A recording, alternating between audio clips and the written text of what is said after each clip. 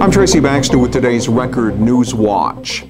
He swindled investors out of millions of dollars. Now Lloyd Barriger is off to prison after getting sentenced to 5.5 years yesterday at U.S. District Court in White Plains. Barriger from Sullivan County pleaded guilty last year to securities fraud, conspiracy to commit securities fraud, mail fraud, and conspiracy to commit mail fraud. At sentencing, Judge Kathy Seibel said Barriger failed to tell investors the account statements he was sending them were phony. And while Barriger said he didn't intend for it to happen, several of his victimized clients expressed their anger at sentencing, among them Maria Grimaldi, who at age 71 was forced to return to work after losing her savings. The idea of locating a casino in the village of Woodbury did not get a rousing reception from the handful of residents who spoke during a village board meeting last night, the first public discussion on the subject. A proposal has surfaced from a Baltimore-based company to build a casino, hotel, and conference center off Route 32 near the Harriman train station. And while local officials say it's an idea worth exploring, members of the public voice concern about possible adverse impacts on local services and traffic. No formal plans have been submitted yet from the Cordish companies. They've asked the village board to provide a letter of support. A decision on that could come at the next Woodbury board meeting, March 13th. She left her Circle Drive home in Monroe back on December 7th. 29-year-old Lynn Barrett hasn't been seen since, and now state police are putting out the word in hopes someone can shed some light on her whereabouts.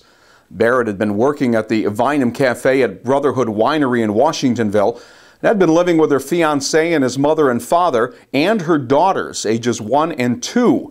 Anyone with any information on this missing woman from Monroe is urged to call state police at 845-782-8311. All calls will be kept confidential. A renewed push is underway to gain passage of a veterans benefit here in New York State called Jobs for Heroes. The program's currently in operation in more than 40 other states and would give New York State contract preference to disabled veteran-owned small businesses. Among the bill's supporters, local State Senator John Bonasek says it's a way to honor the commitment our wounded warriors made to their country. Right now, the unemployment about returning vets are like 2 or 3 times higher than the national unemployment average. And you know, we always say there are heroes, and they are, but just the rhetoric isn't good enough.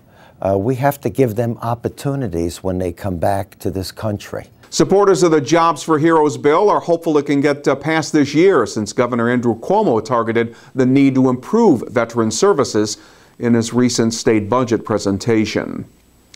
A New Windsor man has been arrested on an assortment of charges after state police figured out he'd used the name of a family member when he got pulled over following a police pursuit of a motorcycle in the town of Woodbury back in 2009.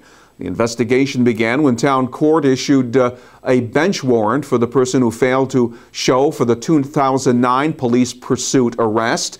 Investigators later learned through arrest photos and fingerprints that the individual listed on the warrant was not the person who'd been arrested. That turned out to be 50-year-old John Miller, who now faces charges of forgery, identity theft, falsifying business records, reckless endangerment, and unlawfully fleeing a police officer. Miller was ordered held on $5,000 bail pending a town court appearance March 7th. Orange County Executive Steve Newhouse says it's a move that will mean increased opportunities for the expansion at or near the Newburgh campus of SUNY Orange. He was referring to the news that the county's bought 3 adjacent buildings on Grand Street in Newburgh, a YMCA building, a Masonic Lodge, and the local American Legion Hall.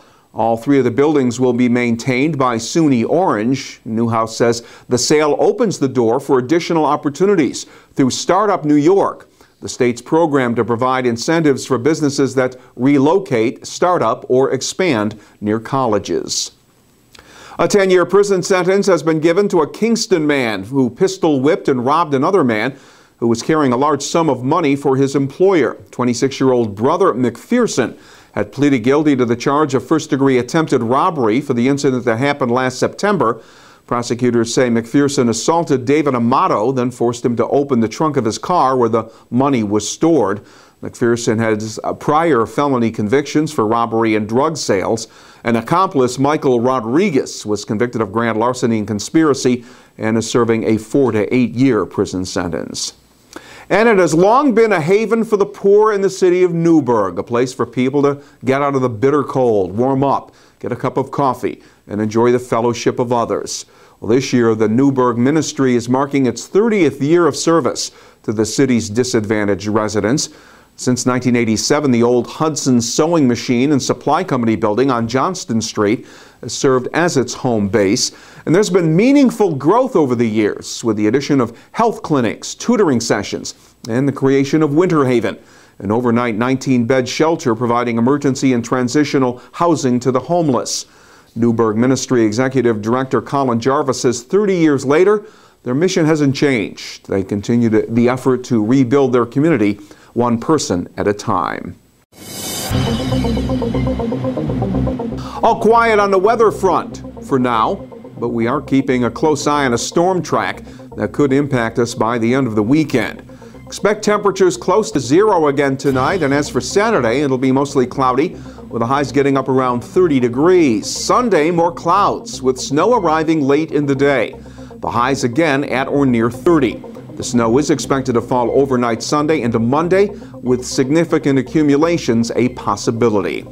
They keep clicking here at Record Online throughout the weekend for the latest weather information and for news when it breaks. For Record Newswatch, I'm Tracy Baxter.